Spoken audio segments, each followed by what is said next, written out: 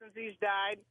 And my parents both had dreams of my brother, but he did not say anything. He was just kind of in the distance, and they kind of, talked to him, but he didn't respond. Well, I had this dream one night where I regained consciousness in the dream, and I was in like a creek, and the horizon was red, like there was fire in the background.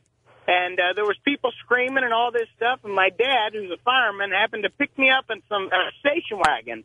Well, he brought me to my grandparents' house, who happened to live next to us in our old neighborhood of the Northeast area. And I went in the house, and my brother Sam opened the door for me, the one who passed away. Well, once I walked in the house, all of my past relatives who had passed away were in the house.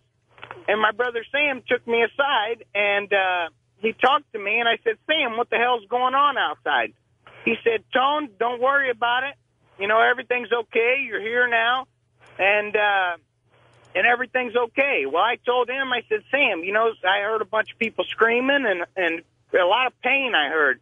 He said, Tone, I'm in a better, everything's okay. We're in a better place. I said, Sam, where you been? I haven't seen you, I didn't even get to know you because I was too young when you passed away. He said, we have plenty of time for that.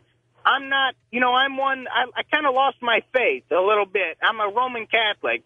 I kind of lost my faith in everything once this happened with my brother.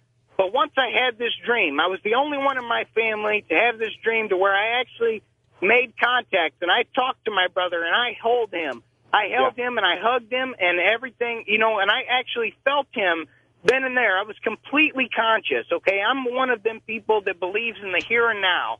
Okay, and I was there, and I felt him, and that is kind of what brought me back in my faith in God. I'm not very religious. I don't know if I believe in Jesus Christ, but I do believe in God. And my brother, I lost him, and this dream changed a lot of the ways I have aspect in my life, and I felt him, and I held him there, and I just want to know what I listen every day.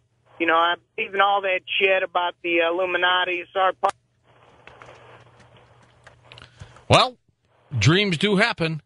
Oh, absolutely, and it's a reoccurring theme. It sounds like his brother made an entrance and a visitation to let him know that he was all right, and this happens hundreds of times, and I think it's a very common occurrence to people. Next up, let's go east of the Rockies. You're on Coast to Coast with us. Hi there. Good morning. Hi. How you doing? Good. My name is Greg, calling from St. Louis. Oh, great, Greg. I'll be there in about 3 weeks. I'm going to touch base with you when you get here. All right, you're fine. Know a buddy of yours at KTVI. Okay. Anyway, the quick story, your producer told me to make it quick. Anyway, I was helping some buddies out there that started a account working with, cleaning up a school at night. I was working down in the lower level by myself, and one of the guys left, and he came back and he was looking at me. He was crazy, telling me, "Man, I can't tell you. I'm scared to tell you what happened, what I saw, because I'm afraid you're going to quit." I thought he was talking about these little old ladies, spirits and stuff. Oh man, don't worry about that little old lady. She's okay. She's not going to bother you. I said, "What little lady?" He said when he left the building and was going to the store, he looked inside the cafeteria, saw me walking, and saw some other folks, and he was amazed. He said, "Wait a minute, who the heck is that with him? There's nobody else supposed to be there." He said he saw 3 figures in there walking with me, and he thought I was going to be afraid, I said, "Oh man, don't worry about that. Spirits walk with me all the time and stuff." And he was, "What?" I said, "Man, that's nothing." And he was like, "Are you serious?" I said, "But I got a million stories like that. And if I could, real quick, I want to tell you another one. And it's a true story in my hand of God. A buddy of mine from Spain, he was going through some, divorce and all this stuff, and he's a real hyper guy. Mm-hmm. And every now and then I would see this, little spirit walk, cut through his house.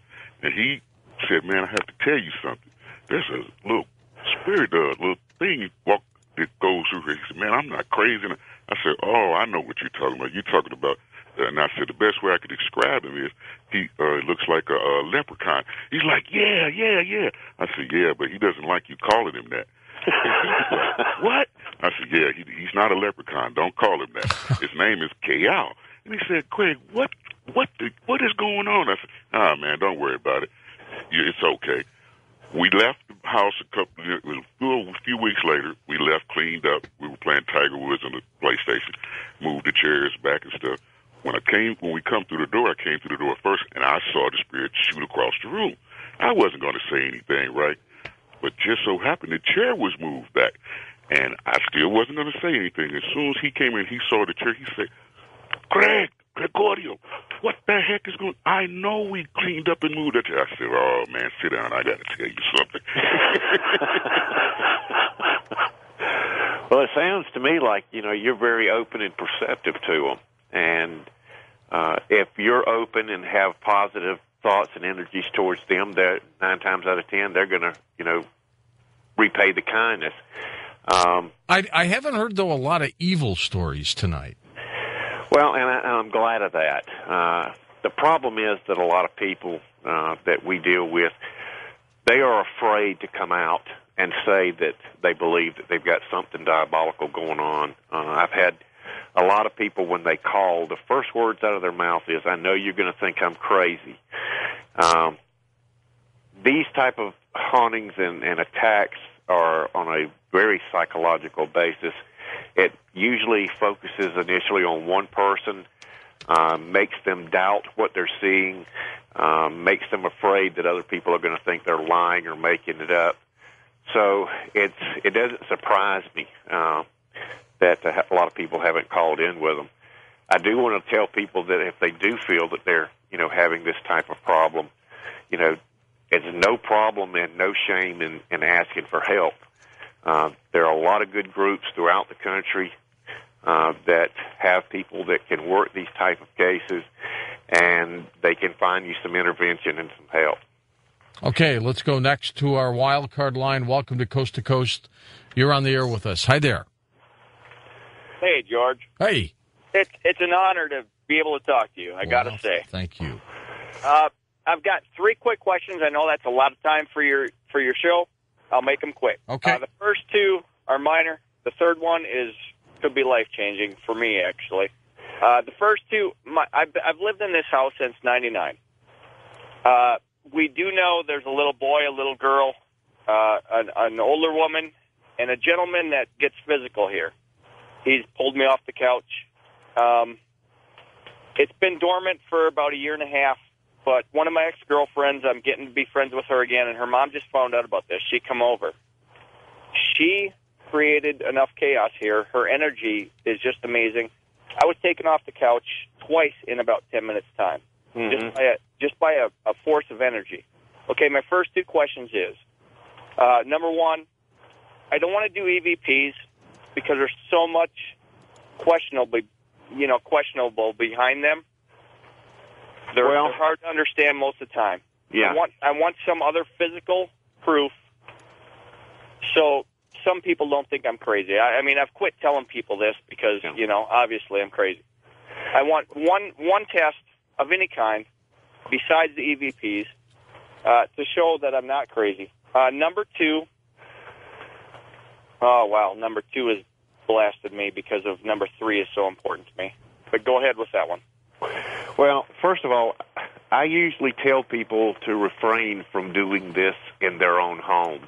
If you're looking for some documentation and some validation of what's going on, you need to have a team come in that has some experience in dealing with this. And the reason I say this is something may happen that doesn't seem that it's important, or it frightens you in such a way as to where you drop the whole matter. I agree with you. I'm comfortable with it because I know it's for sure.